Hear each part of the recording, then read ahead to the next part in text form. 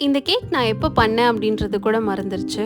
Maybe ஒரு 4 to 5 months back இருக்கும்னு நெனைக்கிறேன். அவங்க குடுத்த இந்த ரெஃபரன்ஸ் வச்சு என்னால முடிஞ்ச அளவுக்கு நான் வந்து பெஸ்ட்டா குடுக்கணும் அப்படின்னு நெனச்சேன். அண்ட் என்னால முடிஞ்ச வரைக்கும் நல்லா பண்ணியிருந்தேன்னு நெனைக்கிறேன். எனக்கு இதோட ஹிஸ்ட்ரி வந்து எனக்கு அந்த அளவுக்கு எனக்கு ஞாபகம் இல்ல. கஸ்டமர் வந்து இத பிக் பண்றதுக்கு ரொம்ப டிலே ஆயிடுச்சு. அவங்க என்கிட்ட சொன்ன டைமிங்க்கு இத பிக் பண்ணல. ஒன்லி ஒன் திங் எனக்கு வந்து கேட்டுட்டே இருக்கு. என்ன விஷயம் அப்படின்னா, அவங்க பிரதர வந்து அவங்க சென்ட் பண்ணியிருந்தாங்க. ரொம்ப டிலே ஆயிடுச்சு அப்படின்றதுனால.